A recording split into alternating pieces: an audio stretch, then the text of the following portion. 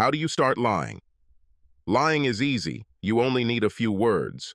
Although no words are the best, because the best lies are expressed in the fewest words.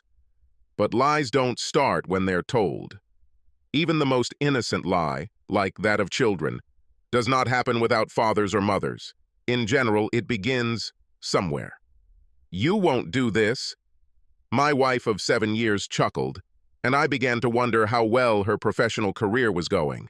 Being a trained therapist herself, although not smart or motivated enough to become a psychiatrist, I would suggest that her understanding of this situation was more valid. Here is a man of wealth and status, standing naked on a $2,000 sofa. Next to him on the floor is a red canister of gasoline, emptied just a few minutes ago.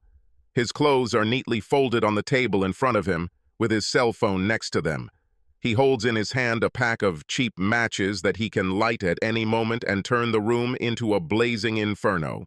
To any outsider, it would have been an absurd scene. She, wrapped in a fur shawl and evening dress, at the door, and he, naked, only holding a matchbox in his hands.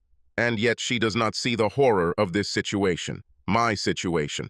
This is an ornate library that we built, decorated, and kept together.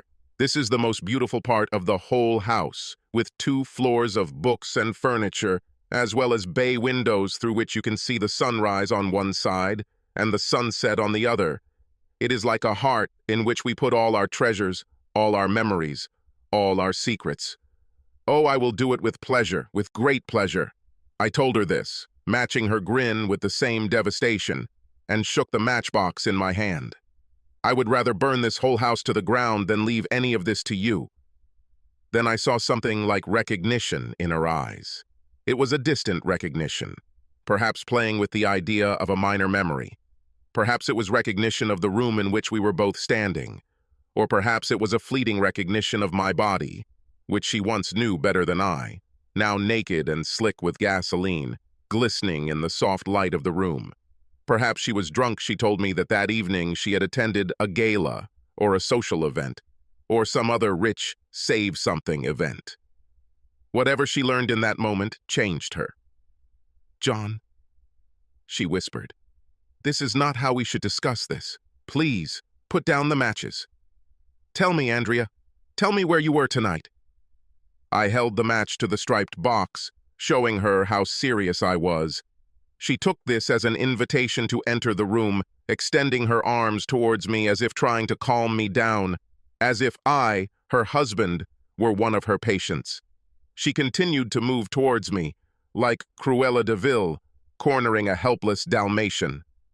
"I know where you were," I told her as she took another step closer. "I know where you're going. To that bar. I know you're going with him. I know what you're doing.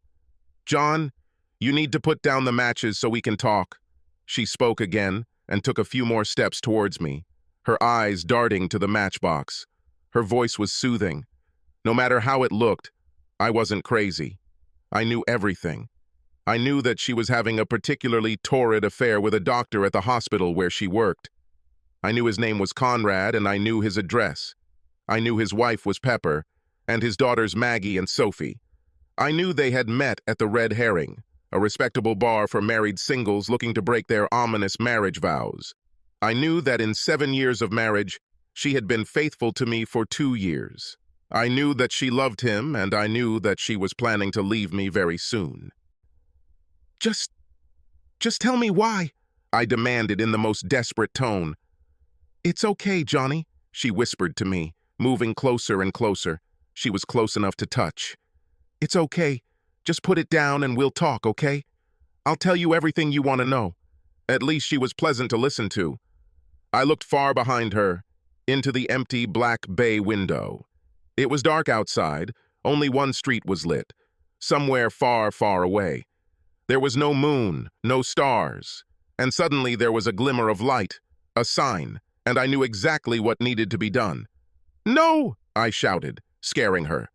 She was less than a meter away from me and lunged at me with uncanny skill. Andrea grabbed me by the waist and pushed me to the floor. The matches flew out of my hands and skidded across the carpet, out of my immediate reach. I scratched and kicked her, and she scratched my naked body. I could smell the alcohol coming from her as she wrestled with me on the ground.